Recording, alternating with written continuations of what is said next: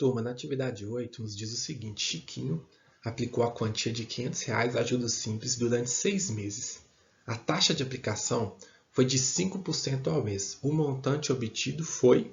E aí, antes mesmo de vocês pegarem essas fórmulas e começarem a substituir na fórmula, turma, tenta compreender o que está sendo pedido e associar com tudo que nós já vimos sobre porcentagem. Porque a base dessa introdução, né, à matemática financeira, que vai ser atribuída nessas 3 últimas atividades, ela tem a ver com a questão da porcentagem. Então, eu consigo fazer alguns cálculos sem que eu fique preso na fórmula. Então, vamos pensar aqui. Temos R$ 500, né, o Chiquinho tem, e ele aplicou a uma taxa de 5% durante 6 meses. 5% de R$ 500 a gente sabe calcular. Então, vamos lá, 5% de 500 pode ser calculado como 5 centésimos, 0,05 vezes 500. Fazendo essa multiplicação aqui, 5 vezes 0 é 0, 5 vezes 0 é 0, 5 vezes 5, 25. 0 vezes, né, todos os termos aqui é 0, e 0 vezes todos esses outros termos também é 0.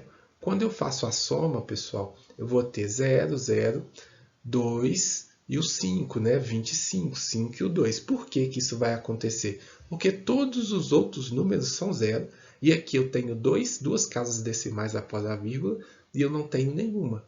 Então, no nosso resultado, vai contar 2 casas decimais. Isso faz com que nós encontremos 25. Significa que 5% de R$ 500 é igual a 25. Se você dividisse por 20 também, turma, você encontraria 5%, tá? São formas diferentes de calcular 5%. Então, se R$ 25 corresponde a 5%, eu vou multiplicar R$ 25 vezes os 6 meses. Então, 25 vezes 6 vai ser igual a 6 vezes 0, 0, 6 vezes 0, 0, 6 vezes 5, 30. Essas 30 unidades eu transformo em 3 dezenas. 6 vezes 2, 12, com mais 3, 15. Isso simboliza, né, que eu tenho 2 casas decimais aqui, eu não tenho nenhuma 2 casas decimais após a vírgula. No nosso resultado também vai ter 2 casas decimais. Então eu vou marcar a vírgula aqui depois dos 2 zeros. Simboliza que ao final dos 6 meses eu vou ter, né, como retorno 150. Calculando aí um juros simples, porque eu calculei um percentual com base no R$ 500 e multipliquei pela quantidade de tempo. Como a ordem dos fatores não altera o produto, vocês vão ver mais para frente por que existe uma fórmula.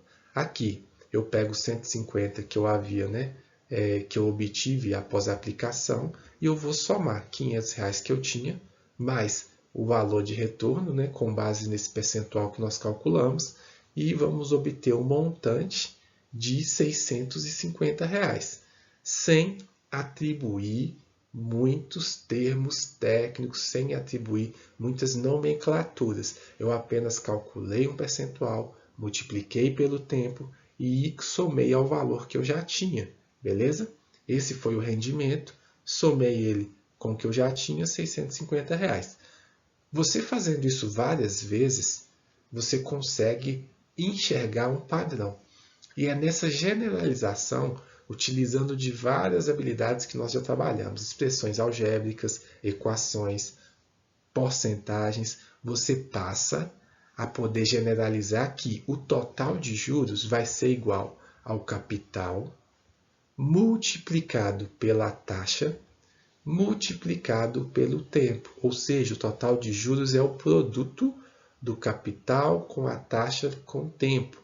Como a ordem dos fatores não altera o produto, igual falei anteriormente, se você multiplicar a taxa vezes o tempo primeiro, depois o capital com o tempo, depois pela taxa, não vai mudar. Por isso que é saudável sim você utilizar as fórmulas, porém depois que você entendeu.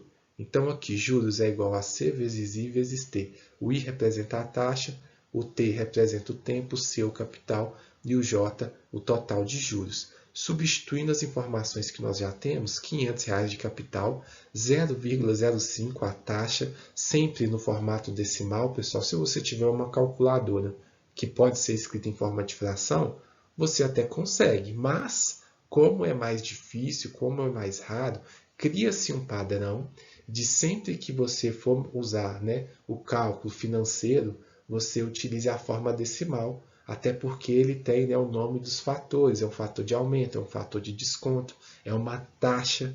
Então, crie o hábito sempre de, nessas fórmulas de matemática financeira, utilizar a forma decimal da porcentagem. Aqui no final 6 está em meses, o tempo ele pode variar, né? Você pode representar o tempo com anos, e aí a sua resposta vai ser com base no período anual. Se você fizer com mês, vai ser com base no período mensal.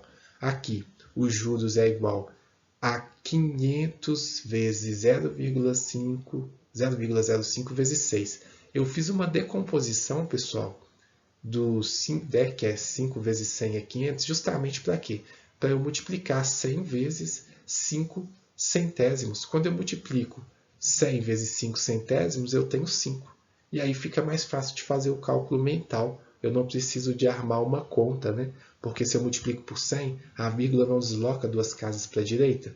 E aqui fica mais fácil. 5 vezes 5, 25. 25 vezes 6, 150. Exatamente o mesmo valor que nós encontramos. E a relação, a fórmula que faz com que nós possamos calcular o montante, ela é dada pelo, né, montante igual ao capital mais o total de juros. Então, se eu somo o capital mais o total de juros, eu tenho M igual a C mais J.